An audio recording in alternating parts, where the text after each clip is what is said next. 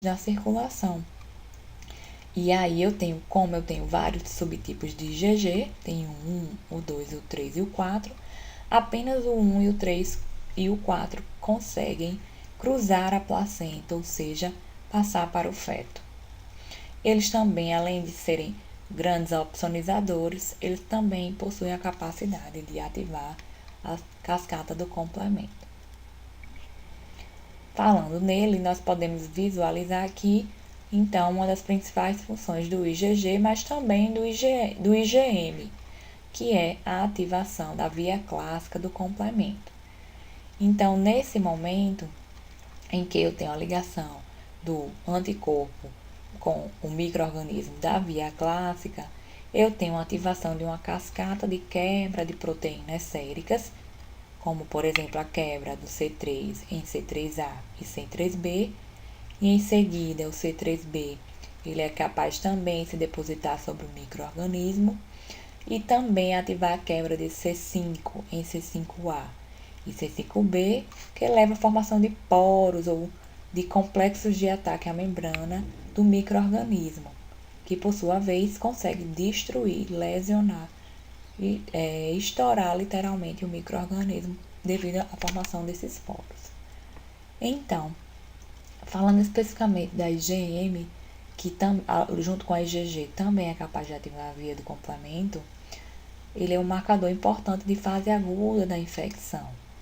Ele, como nós vimos, é secretado na forma de pentâmeros ou também de hexâmeros e possui então a capacidade, junto com a IgG, de ativar o sistema complemento. Nesse vídeo, nós podemos visualizar como ocorre a ativação da cascata do complemento. Então, o que seria um complemento? São grupos de proteínas séricas responsáveis por inflamação, a lise celular e pela opsonização. Elas são denominadas de C1, C2, C3 até o C9 e estão normalmente em nossa circulação. Na via clássica do complemento, eu tenho aqui ela esquematizada, eu tenho uma bactéria em que são ligados anticorpos e em seguida a fração C1 do complemento se liga e degrada C2A em C2B, que também degrada em seguida C4A em C4B, que por sua vez se juntam e formam a C3 convertase. Essa C3 convertase é capaz de quebrar o C3 em C3A e C3B. Na via alternativa, apenas o antígeno é capaz de se ligar diretamente com a proteína C3b, que por sua vez possui a capacidade de quebrar novas proteínas através da junção de outras proteínas séricas, formando a convertase C3, que por sua vez quebram a C3 em C3A e C3b, amplificando em seguida o sinal. A C3, por sua vez, ela, ao ser quebrada em C3A e C3b, sempre as frações A têm a capacidade de levar à inflamação. Já as frações B são aquelas relacionadas com o processo de opsonização, isto é, se ligar na superfície das bactérias e atrair fagócitos.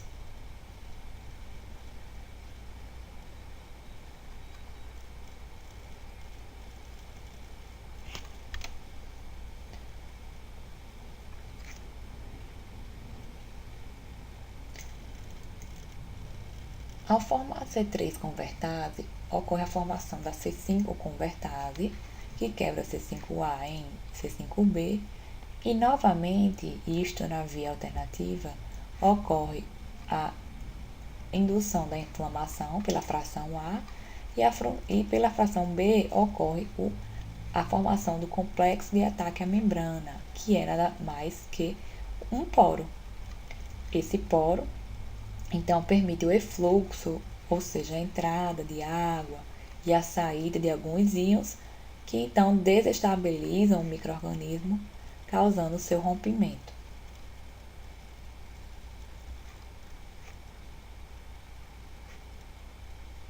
Então, assim, nós vimos como ocorre a ativação do complemento, seja através da inflamação, ou seja, também estimulando a formação de poros na membrana do micro-organismo.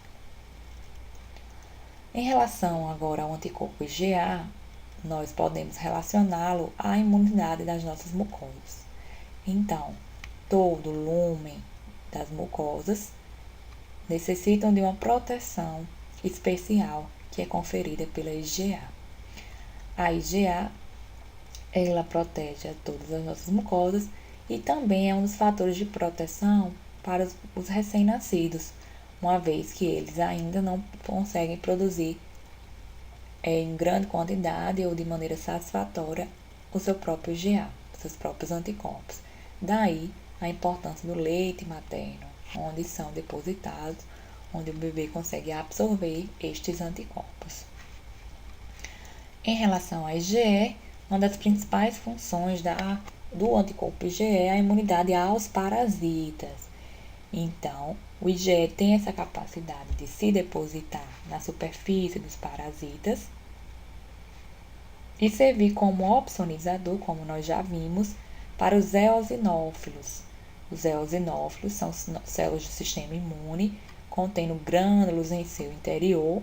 Estes grânulos são tóxicos e aí, quando ocorre a ligação com o anticorpo que está opsonizando na superfície do helminto, ocorre então a degranulação desse eosinófilo, isto é, a liberação dos grânulos em seu interior e que são citotóxicos a esse micro-organismo. Outra função bastante importante do IgE é promover um processo que nós chamamos de hipersensibilidade imediata, em que, na primeira exposição ao alérgeno, substância alergênica, ela ocorre então uma ativação da célula B em contato com esse alérgeno e uma estimulação da célula CD4 do perfil TH2, que por sua vez então estimula que esta célula B se torne um plasmócito e secrete IgE. Esse anticorpo IgE liberado na circulação, ele liga-se à superfície de outras células do nosso sistema imune que são chamadas de mastócitos. Esse IgE, então, deposita na superfície dos mastócitos e, nesse primeiro momento, não causa nenhum tipo de processo alérgico, que esse processo é chamado de sensibilização. Infelizmente ou felizmente, na segunda exposição a este mesmo alérgeno, devido aos anticorpos já estarem depositados na superfície dos mastócitos, ocorre a ativação destes mastócitos e a liberação de mediadores. Então, nós podemos visualizar aqui o mastócito liberando os mediadores que tem em seu interior devido à ligação pela segunda vez do alérgeno ao anticorpo IgE na sua superfície. Os principais mediadores liberados durante esse processo são as aminas vasoativas, cuja principal representante é a histamina, mediadores lipídicos, são as prostaglandinas e prostaciclinas, que vão causar, a priori, uma reação que nós chamamos de hipersensibilidade imediata, que pode levar de minutos, e geralmente gira em torno de minutos após a exposição repetida ao alérgeno. E, principalmente, quando ocorre em seguida a liberação de citocinas, ocorre uma reação de fase tardia, que é 2 a 4 horas após a exposição repetida a este alérgeno. Então, essas reações devem ser tratadas rapidamente para que não levem à formação do que a gente chama de choque anafilático. E aí, esse é um processo grave que pode levar até a morte. Agora, falando um pouco sobre os antígenos, ainda nessa aula, vamos definir o que seria ou o que é um antígeno. Bom, basicamente, nós podemos dizer que um antígeno é qualquer substância estranha ao organismo. Ela pode ser reconhecida pelo sistema imune, seja se ligando a anticorpos ou sendo apresentada aos linfócitos T, através da ligação ao receptor TCR presente na superfície dos linfócitos T. Então, para ser considerado um antígeno, é uma substância estranha que pode ser reconhecida pelo sistema imune se ligando a anticorpos ou sendo apresentada aos linfócitos T, através de células apresentadoras de antígeno. E agora, então, o que seria um imunógeno? O imunógeno nada mais é que são moléculas capazes de se ligar ao sistema imune e ativá-lo. Como nós sabemos que nem todos os antígenos causam ativação do sistema imune, as moléculas que realmente estimulam respostas do sistema imunológico são denominadas de imunógeno. Então, veja, antígenos são toda e qualquer molécula estranha capaz de se ligar às células do sistema imune. Já imunógenos, por sua vez, eles também se ligam, mas importantemente ativam o sistema imune. Dessa forma, nós podemos concluir que nem todo antígeno é um imunógeno. Só é imunógeno aqueles antígenos que possuem a capacidade de estimular respostas do sistema imunológico. Existem ainda os apitenos, que são antígenos extremamente pequenos. Por sua vez, eles não possuem a capacidade de estimular o sistema imunológico, isto é, não são imunogênicos, são apenas antígenos pequenos. Para se tornarem imunogênicos, eles necessitam de uma ligação a carreadores, que são moléculas muito maiores. E aí, então, essa ligação entre o apiteno e um carreador levará à formação de um imunógeno, isto é, uma molécula estranha capaz de ativar o sistema imunológico. Para que ocorra essa ativação, os anticorpos necessitam se ligar a locais específicos dos micro-organismos ou do antígeno. Então, nós temos agora a definição do que é um epítopo, isto é uma porção ou região do antígeno que se liga a um anticorpo. Eles podem também ainda ser chamados de determinantes antigênicos. Então, aqui na figura, nós podemos visualizar o anticorpo A se ligando ao epítopo A, ou determinante antigênico A, isto é, a porção ou região do nosso antígeno onde ele ocorre a ligação com o seu respectivo anticorpo. Assim como o anticorpo B só vai se ligar a seu epítopo B. E toda a célula, por exemplo, bacteriana, é cheia em sua superfície de epítopos. Neste vídeo, nós podemos visualizar Antigens are macromolecules, usually of molecular weight greater than 10,000, such as proteins and polysaccharides. They are recognized by the immune system as foreign.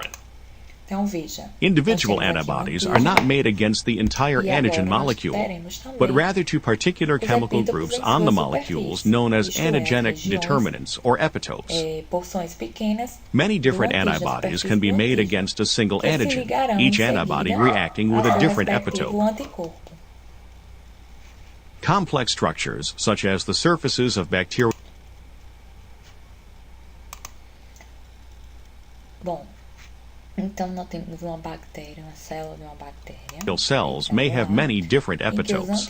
Each different antibody binds only to the correct epitope. Chamadas de epítopos. Cada anticorpo se ligará ao seu epítopo específico. Então, nós podemos agora estabelecer quais as características do reconhecimento dos antígenos pelos os respectivos anticorpos. Bom, basicamente, nós podemos dizer que são 4 características importantes para a ligação antígeno-anticorpo acontecer.